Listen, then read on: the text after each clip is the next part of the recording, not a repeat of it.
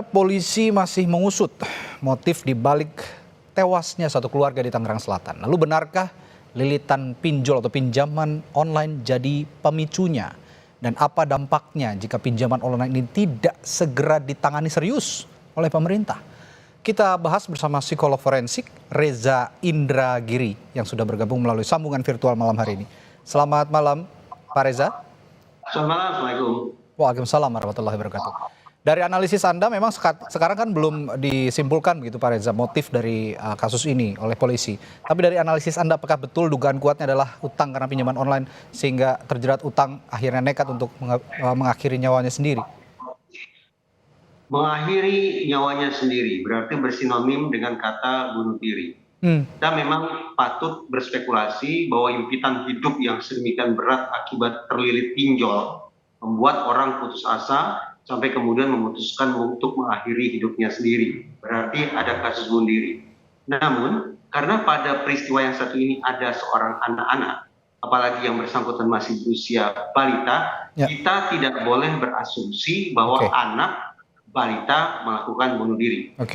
Dengan demikian, asumsi tunggal yang harus kita bangun adalah pinjol membuat orang melakukan bunuh diri sekaligus pembunuhan. Jadi anak yang menjadi korban pada situasi ini adalah harus dianggap sebagai korban pembunuhan.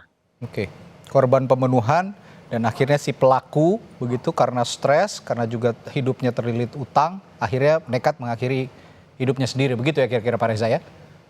Tepat, jadi pembunuhan paling tidak terhadap anak itu dilakukan oleh orang dekat, kemudian orang dekat yang anggaplah terlilit pinjol memutuskan untuk juga mengakhiri hidupnya. Pembunuhan dan bunuh diri jadi satu rangkaian peristiwa dalam kejadian yang menyedihkan.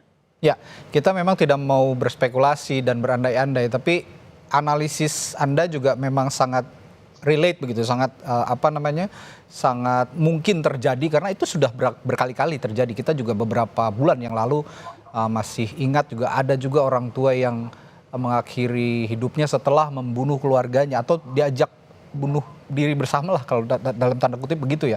Tapi begini Pak Reza, bagaimana seorang ayah bisa punya pemikiran seperti itu ketika dalam tekanan yang sangat serius terutama dalam konteks pinjaman online. Ini kan berarti ada motif ekonomi yang jadi pemicu. Bagaimana Anda melihat fenomena ini karena seperti berantai begitu Pak Reza? Ada penelitian yang dilakukan oleh WHO atau Organisasi Kesehatan Dunia yang menemukan bahwa orang-orang di Asia ini relatif rentan mengalami apa yang diistilahkan sebagai reactive depression, depresi reaktif. Berbeda dengan depresi yang membutuhkan waktu panjang sehingga kumulatif membuat orang akhirnya memutuskan untuk mengakhiri hidupnya, reactive depression justru berlangsung dalam tempo singkat. Pertanyaan, apa yang membuat seseorang kemudian menghabisi hidup dirinya dan dilatar belakangi oleh reactive depression? Dari penelitian itu diketahui penyebabnya adalah kurangnya wawasan, kurangnya pengetahuan tentang cara-cara untuk menyelesaikan problem hidup dengan cara-cara yang lebih konstruktif. Alhasil, kita sesungguhnya tidak hanya bicara tentang tekanan batin yang luar biasa, impitan hati yang sangat dahsyat yang diakibatkan oleh lilitan pinjol, tapi barangkali pada saat yang sama relevan bagi kita untuk menduga bahwa sebagian masyarakat terutama yang kemudian mengalami atau melakukan peristiwa mengenaskan semacam ini, pada saat sama juga tidak menemukan cara lain kecuali dengan mengambil jalan yang sangat nekat itu. Sehingga memang otoritas terkait perlu memberikan wawasan, perlu memberikan pengetahuan tentang cara-cara mengatasi masalah semacam ini yang lebih konstruktif. Ini kan masalah kesehatan jiwa. Kalau memang ada himpitan hidup saat dalam tekanan, orang bisa berbuat nekat.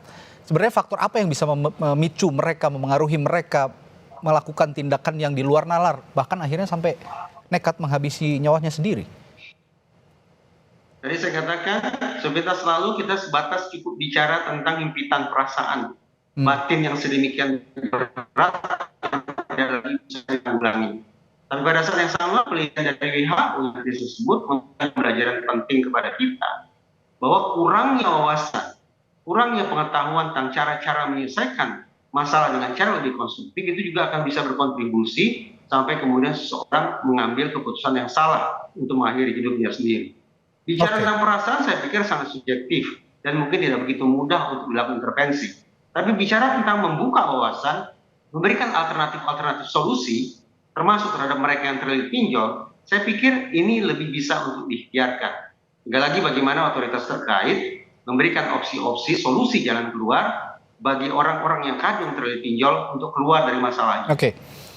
Ya, Pak Reza, ini kan dalam konteks ini yang ada di Ciputat Timur ini kasusnya, ada anak juga di situ, bahkan ada ibunya juga begitu ya. Sebenarnya dorongan yang timbul kepada sang ayah melakukan, ya ini kita meskipun masih dugaan begitu, tapi dalam konteks general, dorongan bisa timbul apakah dari diri sendiri atau justru ada dari lingkungan juga yang memengaruhi? Orang psikologi selalu yakin bahwa secara umum perilaku manusia termasuk keputusan yang salah adalah produk dari dua faktor, produk dari faktor dalam dan juga faktor lingkungan. Alhasil tadi saya katakan kalau kita bicara tentang pengelolaan dunia subjektif manusia, perasaan-perasaan manusia barangkali tidak begitu mudah. Tapi kalau kita bicara intervensi faktor situasi, menghadirkan solusi-solusi alternatif bagi masyarakat yang kadung terlilit pinjol, ini lebih mungkin untuk dilakukan. Jadi memang dibutuhkan sebuah penanganan atau pendekatan sifatnya paripurna. Anggaplah ke dunia dalamnya manusia, faktor internal, dan ke dunia luarnya manusia, faktor lingkungan. Kedua-duanya perlu diintervensi secara simultan. Idealnya demikian.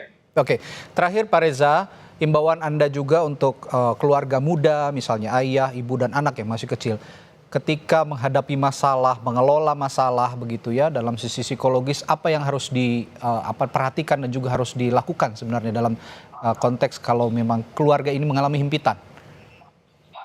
Semoga pesan saya ini tidak ditangkap sebagai pembelajaran yang keliru. Oke. Saya tetap dalam posisi menolak adanya alasan apapun bagi orang untuk melakukan tindakan bunuh diri. Oke. Tetapi ketika sebagian orang sudah tidak lagi menemukan cara lain dan memilih untuk mengambil jalan salah mengakhiri hidupnya, tanda petik alangkah baik sekiranya yang bersangkutan meninggalkan pesan terakhir. Karena pesan terakhir itulah yang diharapkan akan bisa membantu otoritas kepolisian memastikan apa kira-kira penyebab kematian korban, dan juga mudah-mudahan akan bisa membantu pihak keluarga korban itu sendiri agar tidak berkepanjangan dipenuhi dengan tanda tanya tentang sebab musabab mengapa anggota keluarga mereka mengambil langkah nekat sedemikian rupa. Sekali lagi, tidak ada pembenaran terhadap bunuh diri.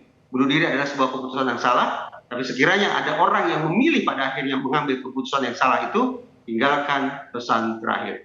Baik, terima kasih psikolog forensik Reza Indragiri telah berbagi perspektifnya malam hari ini di Sapa Indonesia Malam. Sehat selalu Pak Reza, dan kita juga masih menunggu motif yang dirilis nanti oleh pihak kepolisian. Apakah memang ini konteksnya dalam konteks mengakhiri nyawa sendiri atau memang ada motif lain begitu kira-kira. Baik, terima kasih Pak Reza, sampai jumpa lagi, sehat selalu.